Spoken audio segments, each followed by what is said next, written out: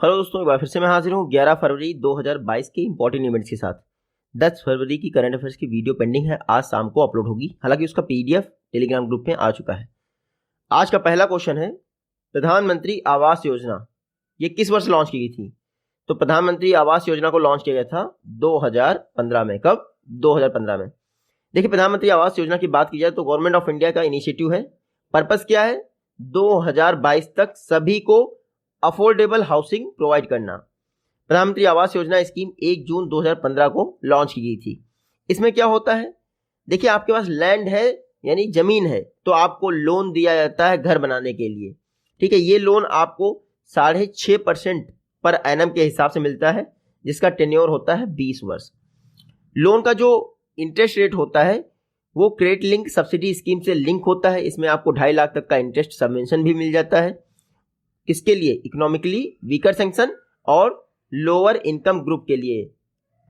इन दो ग्रुप्स के लिए जो आपका इंटरेस्ट सब्सिडी है उसको 31 मार्च 2022 तक बढ़ा दिया गया है। प्रधानमंत्री आवास योजना आपके 2015 में लॉन्च हुई। उसके पहले एक योजना चल रही थी, इंदिरा आवास योजना, ग्रामीण भारत के लिए। उसको प्रधानमंत्री आवास योजना ग्रामीण के रूप में मर्ज कर दिया गया 2016 में। ये प्रधानमंत्री आवास योजना ग्रामीण पूरे भारत में जो है इंप्लीमेंटेड है, एक्सेप्ट चंडीगढ़ एंड दिल्ली। इतना याद रखिएगा, प्रधानमंत्री आवास योजना। नेक्स्ट क्वेश्चन है, women in the board room report कौन सा एडिशन जारी हुआ है? देखिए, जो बोर्ड ऑफ डायरेक्टर होते हैं उनकी बात की गई है। Women in the board room report हाल ही में 7th एडिशन जारी हुआ है। देख लीजिए आप, डिलाइट ग्लोबल द्वारा women in the board room report हाल ही में जारी की गई है, जो कि 7th एडिशन है। इस रिपोर्ट के हिसाब से देखा जाए तो इंडिया में जो बोर्ड ऑफ डायरेक्टर्स की सीट है, टोटल सीट्स का 17.1% वुमेन्स के पास है। 2014 से ये लगभग इंक्रीज ही हुआ है, क्योंकि 2014 में 9.4% था। उसके अलावा अगर चेयरपर्सन की बात की जाए तो इंडिया में 3.6% वुमेन जो है चेयरपर्सन है, जो कि पिछले 4 वर्षों में डिक्रीज ही हुआ है। ग्लोबल रिप्रेजेंटेशन की बात करिए अगर आप वुमेन्स की, तो बोर्ड ऑफ डायरेक्टर की देखिए 19.7% है, इंडिया में 17.1% है। 2018 से ग्लोबली जो है इंक्रीज हुआ है। 2045 तक इक्वलिटी आ जाएगी बोर्ड ऑफ डायरेक्टर्स में देखा जाए तो। 2021 में सीईओ रोल के रूप में अगर वुमेन्स की बात की जाए तो लगभग 2021 में टोटल सीईओस का 4.7% वुमेन जो है सीईओस है। तो ये थोड़ा सा फैक्चुअल डाटा है, आप पढ़ सकते हैं, लेकिन मेरे ख्याल से बोर्ड ऑफ डायरेक्टर, सीईओ और चेयरपर्सन याद रखिएगा, ग्लोबल डाटा मत याद रखिएगा। नेक्स्ट क्वेश्चन है, SAFAR system of air quality and weather forecasting and research, ये इनिशिएटिव किस वर्ष लॉन्च किया था? तो सफर इनिशिएटिव 2010 में लॉन्च किया गया था। देखिए, मुंबई इस समय चर्चा में इसलिए है क्योंकि हाईएस्ट पोल्यूशन वहां पर देखा गया है। काफी समय बाद लगभग 300 के आसपास स्कोर रहा है। एयर क्वालिटी इंडेक्स 300 रहा है। इसका मतलब क्या हो गया? सीवियर कैटेगरी में आ गया मुंबई, इसलिए सफर आपका दोबारा चर्चा में आ गया है। एयर क्वालिटी इंडेक्स देखिए, पर्टिकुलर मैटर PM 2.510, उसके अलावा NO2, O3, CO और SO2 को क्या करता है? मापता है, इनको चेक करता है। यूपीएससी में क्वेश्चन पूछा था कि CO2 को भी मापता है, तो नहीं मापता है आपका एयर क्वालिटी इंडेक्स। सफर की बात की जाए तो 2010 में लॉन्च किया गया था। ठीक है, इसमें डिफरेंट पैरामीटर्स होते हैं। ठीक है, नई दिल्ली में शुरुआत की गई थी, मुंबई में बाद में चला गया। तो सफर आपका एयर क्वालिटी बताता है। चर्चा में वापस है, फुल फॉर्म इसका याद रखिएगा, लॉन्चिंग डेट याद रखिएगा। ठीक है, नेक्स्ट क्वेश्चन देखते हैं, ऑस्कर अवार्ड्स की शुरुआत किस वर्ष हुई थी? तो ऑस्कर अवार्ड, जिनको एकेडमी अवार्ड भी कहते हैं, 1929 में इनकी शुरुआत हुई थी। चर्चा में इसलिए है क्योंकि इंडिया से एक फिल्म चुनी गई है, writing with fire. Writing with fire को बेस्ट डॉक्यूमेंट्री फीचर कैटेगरी में चुना गया है 94th एकेडमी अवार्ड के लिए। राइटिंग विद फायर को 94th एकेडमी अवार्ड के लिए बेस्ट डॉक्यूमेंट्री फीचर कैटेगरी में चुना गया है।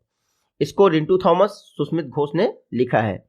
राइटिंग विद फायर इंडिया का एकमात्र न्यूज़पेपर है, सॉरी पहले आप ये देख लीजिए क्या है। राइटिंग विद फायर इंडिया की एकमात्र डॉक्यूमेंट्री जिसको ऑस्कर अवार्ड 2022 में चुना गया है। और राइटिंग विद फायर है क्या? इंडिया का एकमात्र रूरल न्यूज़पेपर जिसको दलित वुमेन द्वारा रन किया जाता है। खबर लहरिया, देखिए खबर लहरिया वो न्यूज़पेपर है जिसको दलित वुमेन द्वारा रन किया जाता है, और राइटिंग विद फायर उस पर बनी हुई डॉक्यूमेंट्री है।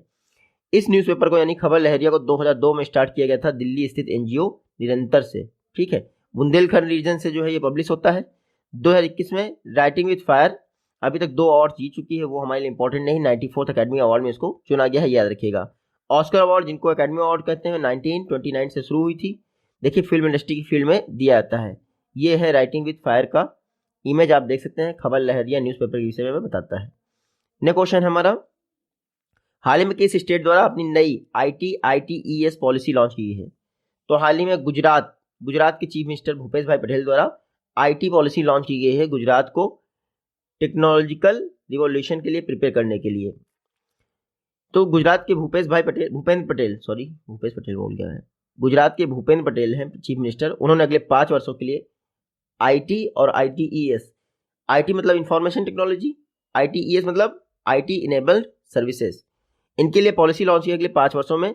इस पॉलिसी के तहत 200 करोड़ अगले 5 वर्षों में दिया जाएगा और 1 लाख यूथ को एम्प्लॉयमेंट दिया जाएगा।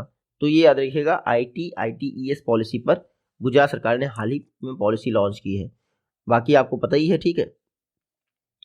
नेक्स्ट क्वेश्चन है, विक्रम साराभाई स्पेस सेंटर, इसके नए डायरेक्टर कौन बने हैं? तो अभी तक S Somnath Vikram Sarabhai space centre के डायरेक्टर थे। अब S सोमनाथ क्या हो गए हैं? 10th चेयरपर्सन हो गए हैं किसके? इसरो के।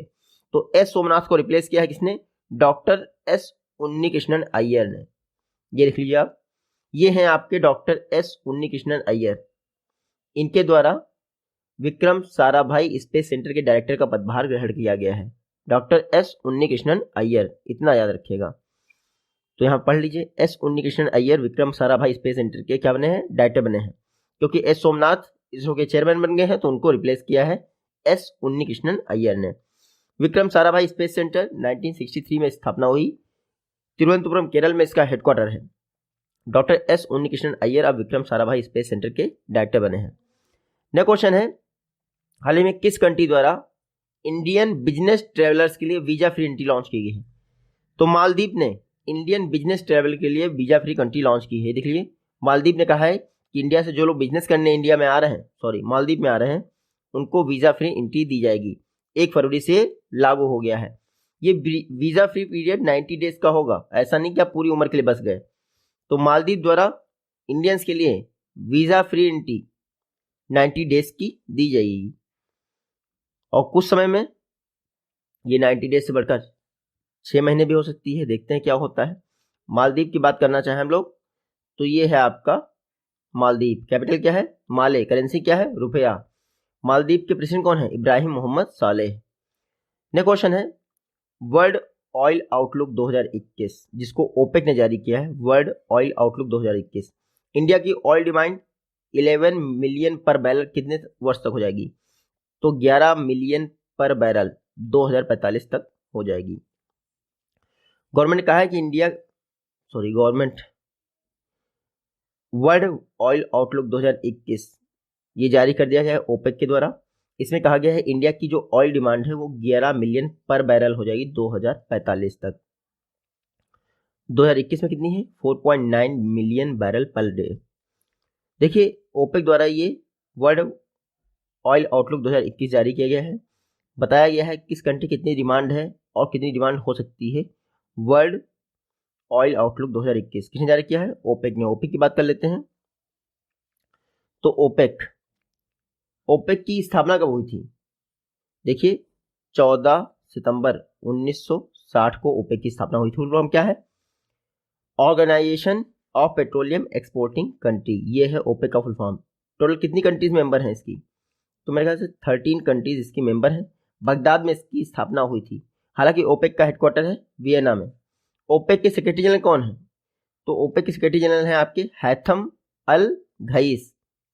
यहाँ पर देख लीजिए 13 कंट्रीज मेंबर हैं और हैथम अल घईस सेक्रेटरी जनरल हैं। ऑस्ट्रिया ओपेक का मेंबर नहीं है, जबकि हेडक्वार्टर कहाँ है? वियना, ऑस्ट्रिया में। ये जरूर याद रखिएगा। National rural employment guarantee act यानी नरेगा कब पास हुआ था? 2005 में। चर्चा में क्यों है?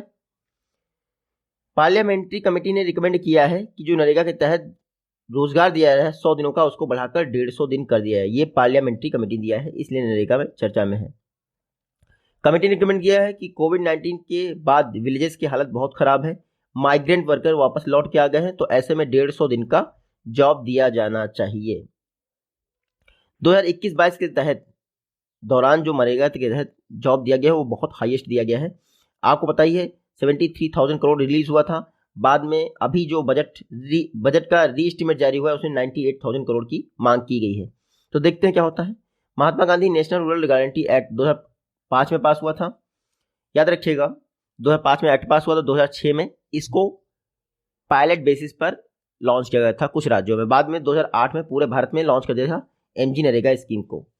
नेक्स्ट क्वेश्चन है, पी फाइजर इंडिया के चेयरमैन कौन अपॉइंट हुए हैं? पी फाइजर इंडिया, इसके चेयरमैन अपॉइंट हुए हैं प्रदीप शाह। कौन? प्रदीप शाह। देखिए पी फाइजर इंडिया द्वारा प्रदीप शाह को अपना चेयरमैन बनाया गया है। प्रदीप शाह ने किसको रिप्लेस किया है? आर.ए. शाह को। तो मतलब कोई शाह ही इसका चेयरमैन हो सकता है ऐसा नहीं है, कोई इंसिडेंटली पी फाइजर इंडिया के पहले चेयरमैन थे आर.ए. शाह, अब प्रदीप शाह उनको रिप्लेस करेंगे। बाकी मेरे ख्याल से कुछ भी इंपॉर्टेंट नहीं इसमें, बस इतना ही इंपॉर्टेंट है Pradeep Shah P Pfizer India के चेयरपर्सन बने हैं। ये हैं Pradeep Shah, P Pfizer India के चेयरमैन बने हैं, बस इतना याद रखिएगा। नेक्स्ट क्वेश्चन देख लेते हैं। देखिए 1000 ओडीआई मैचेस खेलने वाली इंडिया की वर्ल्ड की पहली क्रिकेट टीम कौन बन गई है? तो 1000 वनडे क्रिकेट मैच खेलने वाली वर्ल्ड की पहली टीम बन गई है इंडिया। कौन बन गई है? इंडिया। इंडियन क्रिकेट टीम, जिनको मैन इन ब्लू कहते हैं आप, उन्होंने अपने 1000 वनडे क्रिकेट मैच कंप्लीट कर लिए हैं।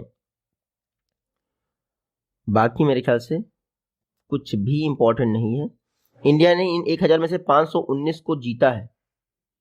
ऑस्ट्रेलिया सेकंड नंबर पे आता है, 958 मैचेस खेले हैं।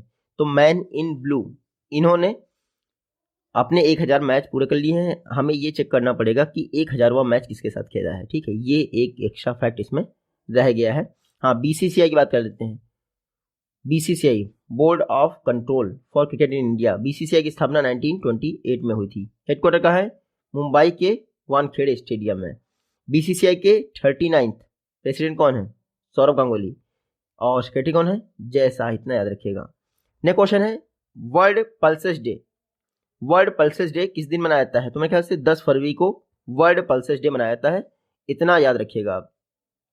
यूनाइटेड नेशन द्वारा वर्ल्ड पल्सेस डे 10 फरवरी को मनाया जाता है। इसको कौन मनाता है? FAO, यूनाइटेड नेशन के साथ मिलकर, food and agriculture organization united nation के साथ मिलकर वर्ल्ड पल्सेस डे 10 फरवरी को मनाता है। इस बार वर्ल्ड पल्सेस डे का थीम क्या है? Pulses to empower youth in achieving sustainable agri food system. तो वर्ल्ड पल्सेस डे का थीम याद रखिएगा, pulses to empower youth in achieving sustainable agri food system.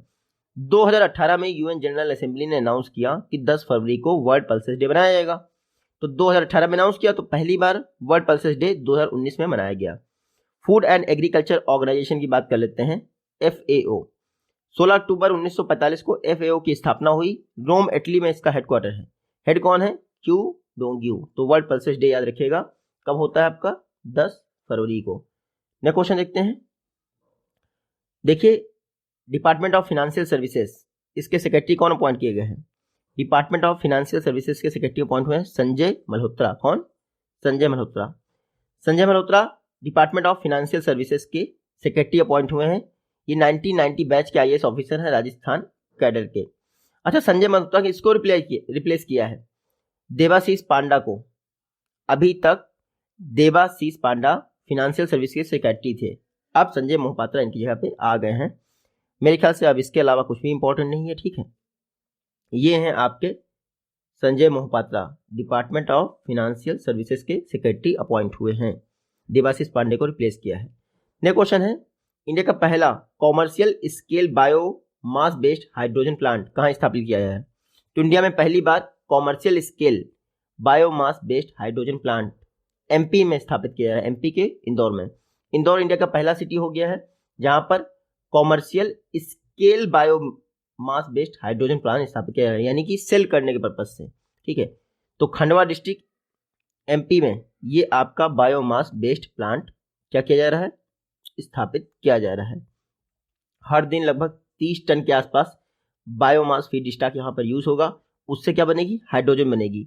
ये जॉइंट वेंचर है वटोमो एनर्जीज लिमिटेड और बीजल ग्रीन एनर्जी का ज्वाइंट इनिशिएटिव है 24 करोड़ की लागत से। इंडिया में इंदौर पहला सिटी है जहां पर commercial scale biomass based hydrogen plant स्थापित किया जा रहा है। बात करते हैं एमपी की। एमपी अजब है, आपको पता ही है। एमपी यहाँ मैप में आप देख लीजिए, ये है आपका एमपी।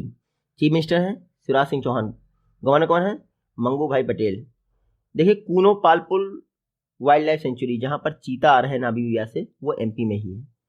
लास्ट क्वेश्चन आज का, प्रवीण कुमार सोबती निधन हो गया, कहां से बिलोंग करते थे, तो प्रवीण कुमार सोबती मेरे ख्याल से हरियाणा पंजाब से बिलोंग करते थे। प्रवीण कुमार सोबती महाभारत में जो है भीम के किरदार में थे, एशियन गेम्स में गोल्ड मेडल भी जीता था प्रवीण कुमार सोबती। तो याद रखिएगा, महाभारत बी आर चोपड़ा की 1988 में आई थी, उसमें भीम का किरदार निभाया था प्रवीण कुमार सोबती ने। ये आप देख पा रहे होंगे, प्रवीण कुमार सोबती पंजाब से थे, हाल ही में इनका निधन हो गया। ये आज की वीडियो से क्वेश्चन है, आप इजीली इनका जवाब दे पाएंगे।